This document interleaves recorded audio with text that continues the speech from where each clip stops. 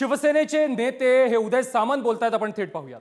आणि त्याच्यानंतर उपमुख्यमंत्री पदाला ते राजी झाली हे माझ्या तोंडात टाकलेलं आहे। मला असं वाटतं की अशा पद्धतीनं वाईट पद्धतीनं न बोललेलं प्रसार माध्यमांना येणं, मला चौथ्या लोकशाहीतल्या स्तंभाचा नक्की आदर आहे, आम्हाला सगळ्यांनाच आहे। परंतु अशा पद्धतीनं जे घडलंच नाही, कारण मी सगळ्या पत्रकार परिषद या तुमच्या कॅमेऱ्यासमोर घेतलेल्या आहेत आणि माझी काल कुठेतरी पत्रकार परिषदेतून मी असं बोललो, हे सगळं जे आलेलं आहे हे फार चुकीचं आहे। हे माझ्या तोंडामध्ये घालून कदाचित माझ्याबद्दलची जी प्रतिमा शिंदे साहेबांच्या मनात आहे ती मलिन करण्याचा हा डाव आहे। मी संबंधित वृत्तपत्राच्या लोकांशी देखील बोललोय, त्यांनी देखील सांगितलं की याच्यामध्ये आमचा काहीही संबंध नाही। तर हे तयार केलेलं आहे, आपण ज्याला काय म्हणून एडिट बिडिट तयार करून तयार केलेलं आहे आणि या संदर्भात मी स्वतः तक्रार दाखल करणार आहे।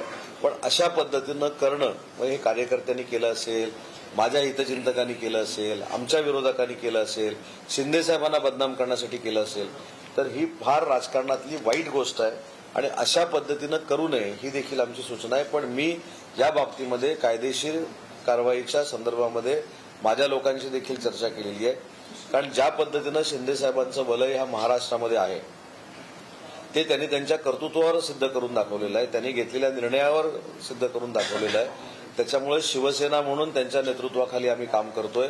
वंदनीय बाळासाहेबांचा विचार, वारसा, विचारांचा प्रामाणिकपणानं पुढे घेऊन जातोय। त्याच्यामुळे शिवसेना इकडं नेणं तिकडं नेणं ही कुठेही चर्चा झालेली नाही। आम्ही भविष्यामध्ये देखील माननीय एकनाथ शिंदे साहेबांच्या नेतृत्वाखाली जसं 60 जण आम्ही निवडून आलो तशाच पद्धतीनं भविष्यात आमचे सगळे पदाधिकारी जिल्हा परिषद, पंचायत समिती, नगरपालिका जिंकण्यासाठी अहोरात्र मेहनत करतील आणि शिवसेनेच्या धनुष्यबाणावरच करतील। मराठी पूर्ण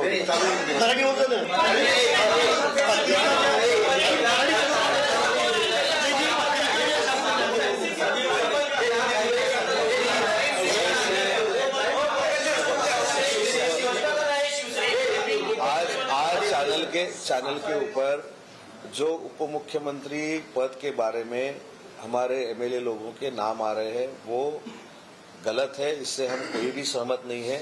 हमारे नेता एकनाथ शिंदे साहब ही उप मुख्यमंत्री बने, ये हमारी सबकी इच्छा है। हमने कल साहब को बताया है और हमको विश्वास है कि हमने जो रिक्वेस्ट की है उसका स्वीकार माननीय एकनाथ शिंदे साहब करेंगे और आज वो उप मुख्यमंत्री पद की शपथ लेंगे।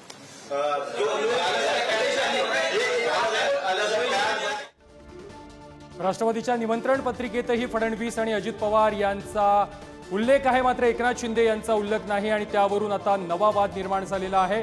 शिवसेनेच्या देखील निमंत्रण पत्रिकेमध्ये एकनाथ शिंदे यांचं नाव नसल्यानं आता वाद निर्माण झालेला आहे। उदय सामंत यांच्या नावानं ही निमंत्रण पत्रिका जाहीर करण्यात आलेली होती, मात्र अशा प्रकारची कोणतीही निमंत्रण पत्रिका मी जाहीर केली नाही असं स्पष्टीकरण आता उदय सामंत यांनी दिलेलं आहे। एकनाथ शिंदे यांच्याबाबत माझ्या मनात आदर आहे, ते माझे नेते आहेत, त्यामुळे अशा प्रकारची कोणतीही निमंत्रण पत्रिका मी प्रसिद्ध करू शकत नाही असं स्पष्टीकरण देखील उदय सामंत यांनी दिलेलं आहे। शिवसेनेनं प्रसिद्ध केलेल्या निमंत्रण पत्रिकेमध्ये एकनाथ शिंदे यांचं नाव नव्हतं अशा प्रकारची चर्चा राजकीय वर्तुळात रंगू लागलेली होती आणि त्यानंतर उदय सामंत यांनी पत्रकार परिषद घेत स्पष्टीकरण दिलेलं आहे।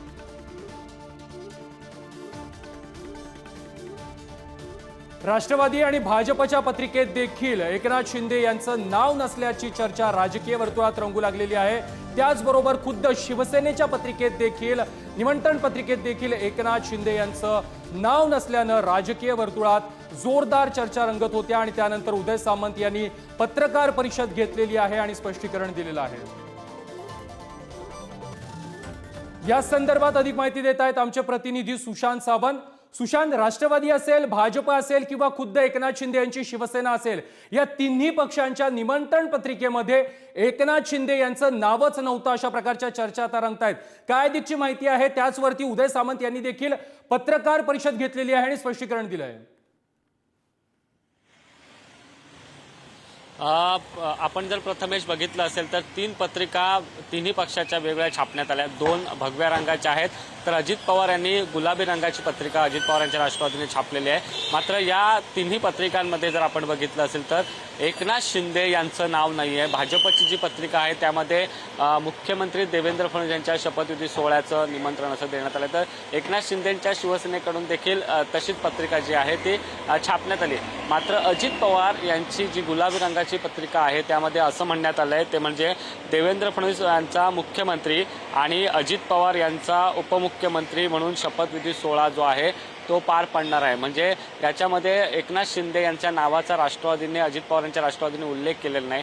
आपण जर बघितलं असेल तर एकनाथ शिंदे मागील काही दिवसांपासून नाराज आहेत अशी चर्चा आहे आणि काल देखील ज्यावेळी पत्रकार परिषद झाली त्यावेळी पत्रकारांनी विचारलं की तुम्ही उपमुख्यमंत्री म्हणून शपथ घेणार आहात का, त्यावेळी साहजिकच सुरुवातीला अजित पवार म्हणाले मी तर बाबा नक्कीच सुशांत, मी तुला थोड्या वेळासाठी थांबवतो। एकनाथ शिंदे यांच्या उपमुख्यमंत्री पदाच्या शपथेबाबत सस्पेन्स अद्यापही कायम आहे। एकनाथ शिंदे हे उपमुख्यमंत्री पदाची शपथ घेणार अशा प्रकारची माहिती सकाळी आलेली होती, मात्र अजूनही या उपमुख्यमंत्री पदाबाबत सस्पेन्स कायम असल्याची माहिती आता समोर येते। तिन्ही निमंत्रण पत्रिकांमध्ये एकनाथ शिंदे यांचं नाव नसल्यानं एकनाथ शिंदे आज उपमुख्यमंत्री पदाची शपथ घेणार की नाही याबाबतचा सस्पेन्स अद्यापही कायम आहे। मात्र पुन्हा एकदा महत्त्वाची माहिती समोर येते, एकनाथ शिंदे हे उपमुख्यमंत्री पदाची शपथ घेणार आहेत। या संदर्भातील माहिती एकनाथ शिंदे यांच्या शिवसेनेतील महत्त्वाच्या नेत्यानं पुढारी न्यूजला दिलेली आहे। सुशांत, काय दिगची माहिती आहे? एकनाथ शिंदे यांचं निमंत्रण पत्रिकेत नाव नसलं तरी एकनाथ शिंदे हे आज उपमुख्यमंत्री पदाची शपथ घेणार असल्याची माहिती समोर येते आहे। अगदी बरोबर आहे। ज्या निमंत्रण पत्रिका आल्या त्यानंतर एक चर्चा तर्कवितर्क रंगवले जात होते की एकनाथ शिंदे खरंच आज उपमुख्यमंत्री पदाची शपथ घेणार आहेत का, कारण ज्या मागील काही दिवसापासून बातम्या येत होत्या की एकनाथ शिंदे नाराज आहेत, त्यांना गृह खातं हवं आहे, उपमुख्यमंत्री पदाची ते शपथ घेणार नाही अशा अनेक बातम्या येत होत्या। त्यात आज ही निमंत्रण पत्रिका ज्यामध्ये एकनाथ शिंदेचं नाव। धन्यवाद सुशांत, तुम्ही दिलेल्या माहिती संदर्भात।